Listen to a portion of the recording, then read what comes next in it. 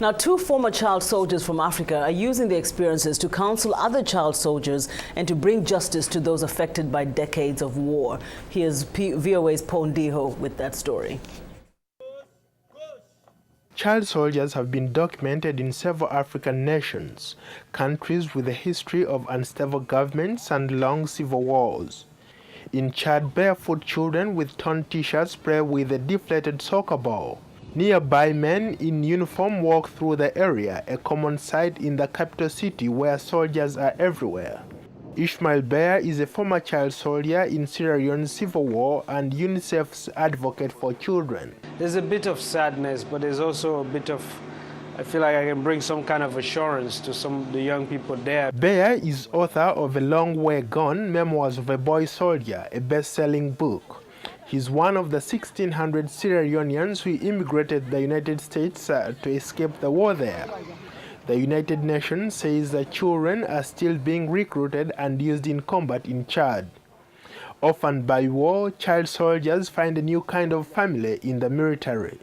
Robert, a 17-year-old former child soldier, says he was given literacy and language classes, 3 meals a day, and medical care.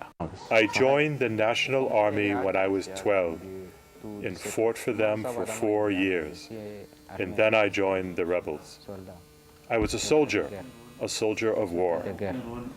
In Tanzania, another former child soldier, now a prosecutor at the International Tribunal for Rwanda, finds motivation for his work in his past.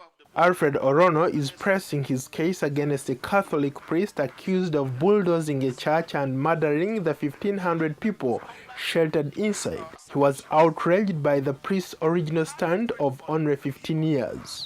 He was moving events, and the events happened, and that makes him a direct perpetrator. He committed genocide. Orono says he's committed to prosecuting these crimes because his own childhood ended cruelly 30 years ago.